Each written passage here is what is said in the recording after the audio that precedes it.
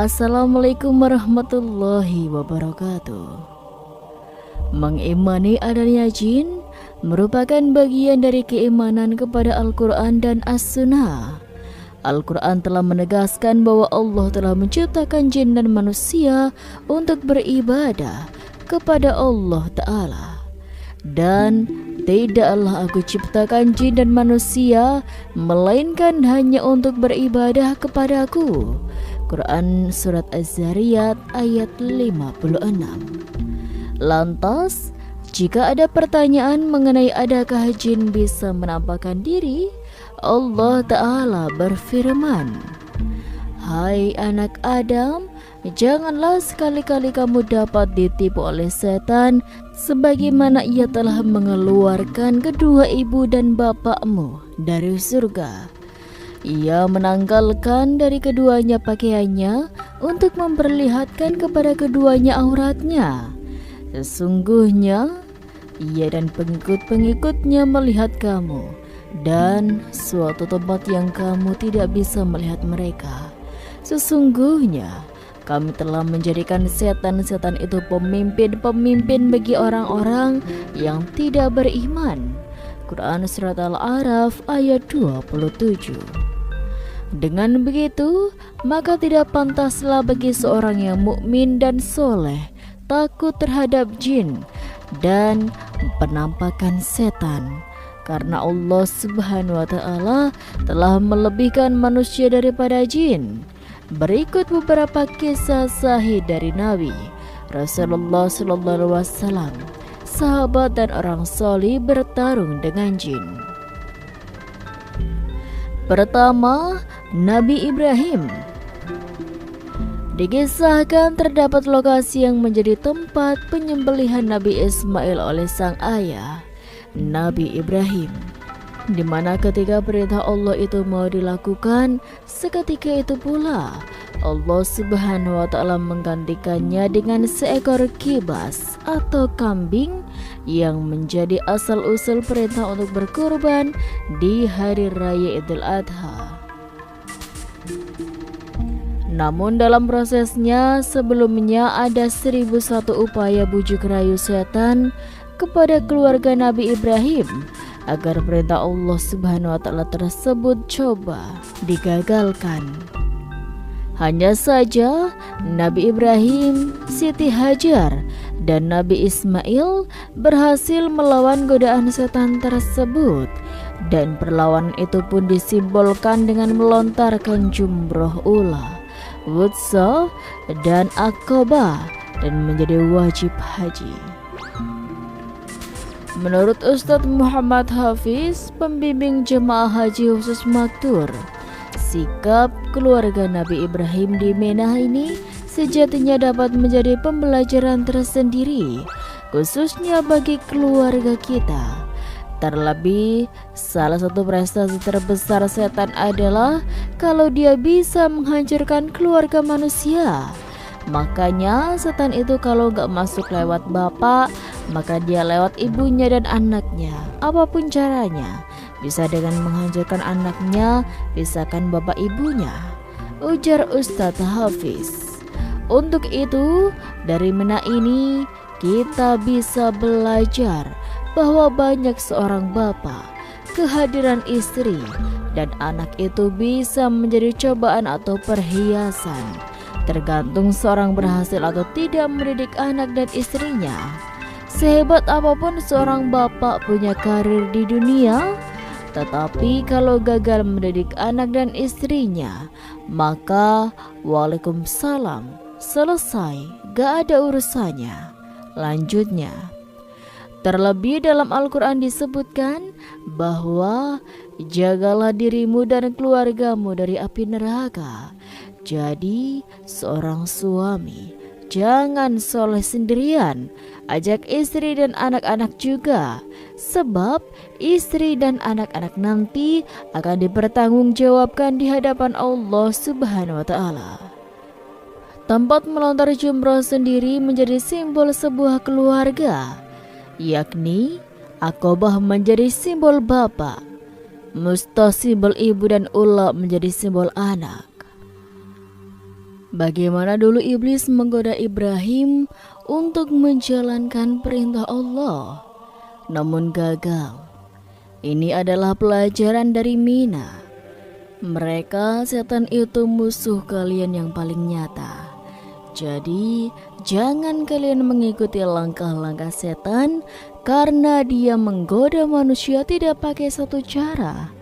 Kita pastikan pada saat lontaran ini, tekadkan dalam hati kita berperang melawan iblis. Ustadz Hafiz menambahkan, dari Ibnu Abbas beliau bercerita, ketika Ibrahim berhaji, tiba-tiba iblis menampakkan diri di hadapan beliau di Jumrah Aqabah. Lalu Ibrahim melempar iblis itu dengan 7 batu hingga iblis masuk ke tanah. Kejadian itu berulang 3 kali. Ibnu Abbas berkata, itulah ajaran agama ayah kalian, yakni melempar jumrah. Hadis riwayat Ibnu Guzaimah dan Hakim. Jemaah haji sendiri telah melontar jumrah Aqabah pada 10 Zulhijjah, sedangkan pada 11 Zulhijjah giliran jumrah ula, Musta dan Aqabah dengan masing-masing 7 lontaran kerikil di tiap sumur. Kemudian dilanjutkan pada 12 Zulhijjah bagi jemaah yang mengambil nafar awal, serta 13 Zulhijjah bagi yang mengambil nafar tsani. Tak seperti Arafah yang termasuk rukun haji, melontar jumrah ini merupakan wajib haji. Sehingga bagi jemaah yang uzur karena tua renta atau sakit, boleh diwakilkan kewajiban melontar jumrohnya oleh orang lain. Namun jemaah yang mewakili harus melontar untuk dirinya sendiri terlebih dahulu, baru kemudian melontar atas nama orang yang diwakili. Kedua, Nabi Muhammad SAW. Pada suatu malam, Nabi Muhammad SAW sholat bersama sahabat-sahabat lainnya. Saat membaca surat, ternyata beliau keliru. Di antara yang menjadi makmum beliau adalah Abu Sa'id radhiyallahu anhu.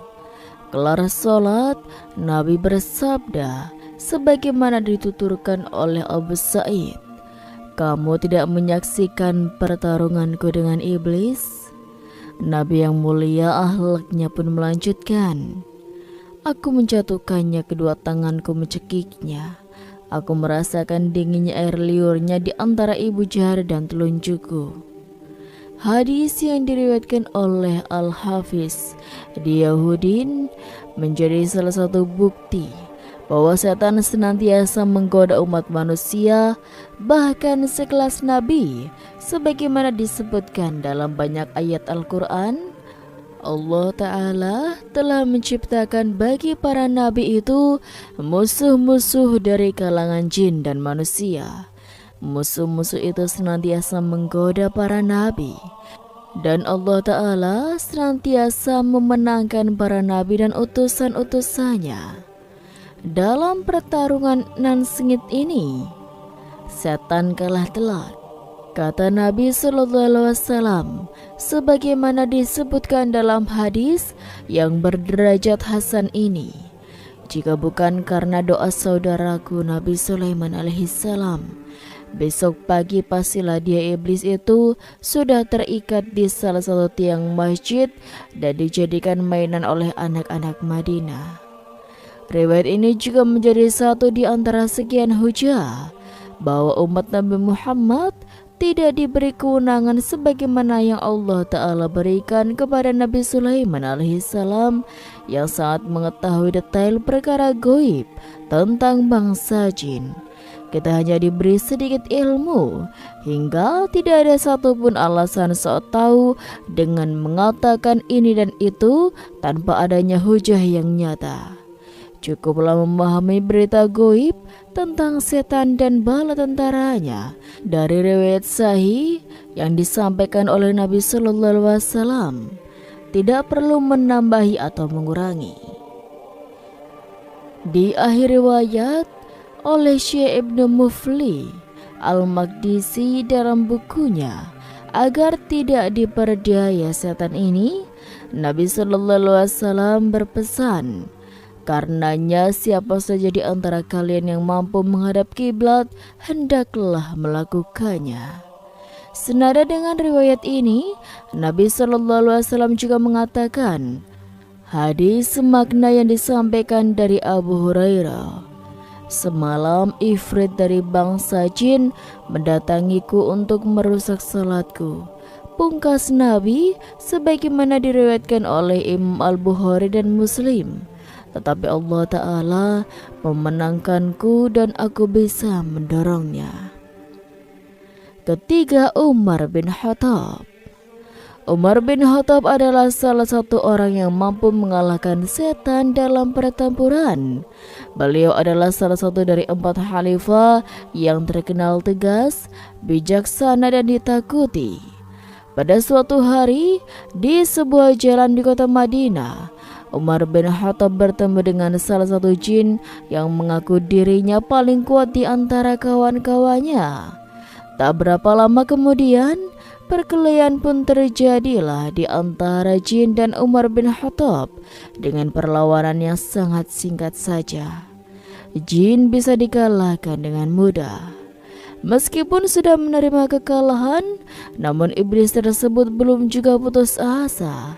Ketika kembali bertemu dengan Umar bin Khattab lagi, Umar bertanya kepada lelaki jin tersebut, kenapa lengan jin itu kurus mirip seperti lengan anjing? Jin menjawab, aku adalah jin yang paling kuat di antara jin sebangsaku. Kemudian jin tersebut menantang Umar bin Khattab karena pada pertarungan pertama jin kalah dari Umar sehingga ia merasa tidak puas sama sekali. Akan tetapi Umar bin Khattab masih terlalu kuat dan tangguh untuk jin tersebut.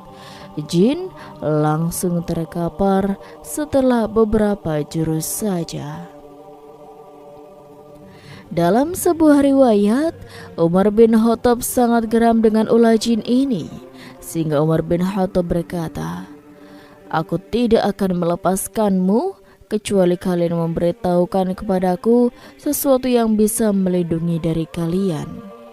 Dengan sangat ketakutan, jin menjawab dengan tegas dan pasti, ayat kursi. Karena jin sudah memberitahukan bagaimana cara manusia untuk melindungi diri dari iblis, maka Umar bin Khattab pun melepaskannya.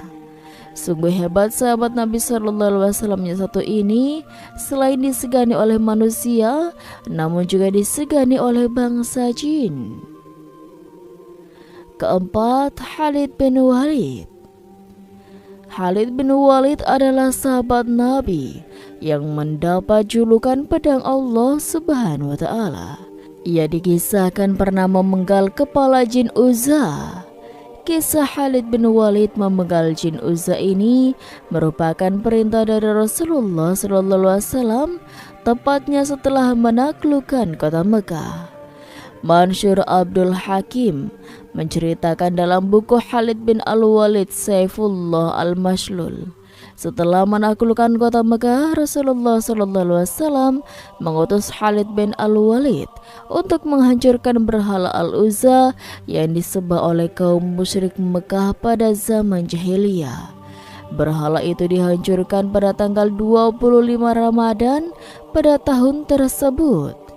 Ibnu Ishaq berkata, kemudian Rasulullah SAW mengutus Khalid untuk menghancurkan berhala Al-Uzza yang terletak di sebuah rumah di perkebunan kurma yang disembah oleh suku Quraisy.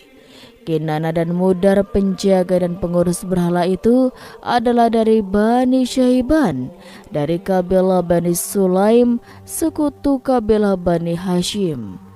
Lebih lanjut diceritakan, ketika penjaganya mendengar Khalid sedang berjalan menuju berhala, maka ia mengalungkan pedangnya di atas berhala.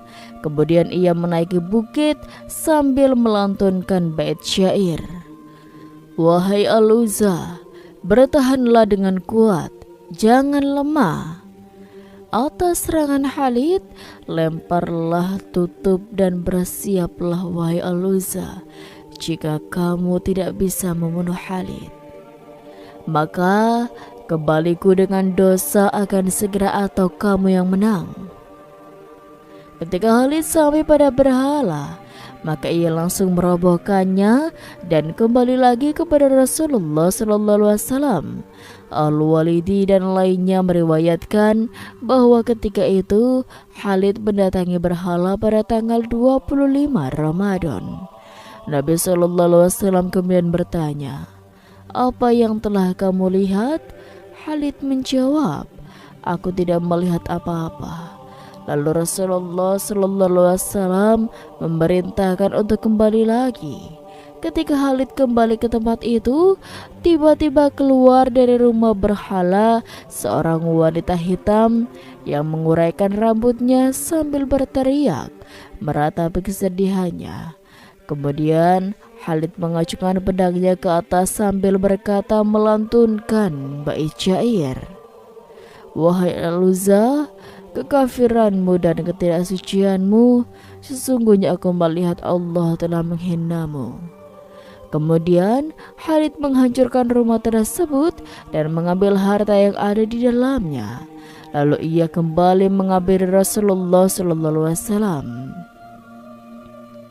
Maka Rasulullah SAW pun bersabda, "Itulah Al-Uzza yang tidak akan disembah lagi untuk selamanya." Abu At-Tufail turut meriwayatkan hal yang sama. Rasulullah SAW menghancurkan semua berhala yang berada di sekitar Ka'bah dan kabilah-kabilah terdekat. Beliau mengutus para sahabatnya dalam rombongan pasukan kecil untuk menghancurkan berhala-berhala seperti yang dilakukan Khalid terhadap berhala Al-Uzza. Hanatul Ulama Maulidiyah dalam buku Sang Panglima Tak Terkalahkan, Khalid bin Walid, juga menceritakan hal yang sama mengenai kisah Khalid bin Walid. Setibanya di tempat Al-Uzza berada, Khalid bin Walid menghancurkan kepala Uzza menggunakan pedangnya. Kemudian Khalid membakar reruntuhan patung terbesar itu dengan semangat yang berkobar, seolah-olah ia ingin membakar dan memusnahkan kekufuran dari muka bumi. Setelah Khalid bin Walid berhasil menghancurkan Uzza, Khalid mendapat tugas baru dari Nabi Muhammad SAW untuk berangkat ke pemukiman Bani Quza'ah, Bani Juzaimah, untuk menyebarkan agama Islam. 5. Ammar bin Yasir. Dikisahkan Ammar bin Yasir yang berkelahi dengan jin lalu membunuhnya. Al-Imam Baihaqi meriwayatkan sebuah hadis dari Al-Hasan bahwasanya Ammar bin Yasin berkata, "Aku ikut bersama Rasulullah SAW pernah memerangi jin dan manusia." Seseorang bertanya kepadanya tentang memerangi jin, dan Ammar bin Yasir menjawab, "Rasulullah SAW mengirimku ke suatu sumur tempat beliau SAW mengambil air. Lalu aku melihat setan dalam bentuknya. Dia menyerangku dan aku pun menyerangnya, sehingga kami terlibat dalam pergulatan. Suatu saat aku menghantam hidungnya dengan batu sekepalan tangan yang kutemukan." Nabi SAW mengatakan, Ammar bertemu dengan setan di sumur dan dia membunuhnya. Ketika aku kembali, Rasulullah SAW bertanya kepadaku, dan aku pun menceritakan apa yang aku alami. Saat itu Abu Hurairah radhiyallahu anhu berkata, Ammar bin Yasir mendapat pahala dari Allah dengan mengalahkan setan menurut ucapan Rasulullah SAW. Keenam, Ibnu Zubair. Dikisahkan Ibnu Zubair radhiyallahu anhu meriwayatkan bahwa ia melihat sosok jin laki-laki tapi tingginya hanya sejengkal, sekitar 30 cm. Lalu Ibnu Zubair bertanya, "Makhluk apa kamu?" Lalu makhluk itu menjawab, "Saya Izib." Ibnu Zubair bertanya lagi, "Apa itu Izib?" Makhluk itu menjawab, "Izib ya Izib." Lalu makhluk itu digebuk Ibnu Zubair dengan tongkat sampai makhluk itu lari terbirit-birit. Al-Shibli dalam Ahkam Al-Jan. Ketujuh, Imam Mujahid. Sesosok jin pernah muncul mengganggu di depan Imam Mujahid. Lalu beliau mengejarnya sampai jin itu jatuh. Beliau berkata, "Kalau kamu takut, mereka akan menguasaimu. Untuk itu, bersikap keraslah." Riwayat Ibnu Abi Dunya. Selain berwujud manusia, jin juga dapat tampil dalam wujud binatang. Imam Bukhari menyebutkan dari sekian riwayat menyangkut perubahan bentuk jin, antara lain dalam bentuk ular. Sementara itu, Ibnu Taimiyah menulis dalam kumpulan fatwa-fatwanya bahwa jin dapat mengambil bentuk manusia atau binatang seperti ular, kalajengking, sapi, dan kuda. Sesungguhnya setan itu adalah musuh bagimu, maka anggaplah ia musuhmu, karena sesungguhnya setan-setan itu hanya mengajak golongannya supaya mereka menjadi penghuni neraka yang menyala-nyala. Quran Surat Fatir ayat 6. Wallahu a'lam bishawab. Sekian, wassalamualaikum warahmatullahi wabarakatuh.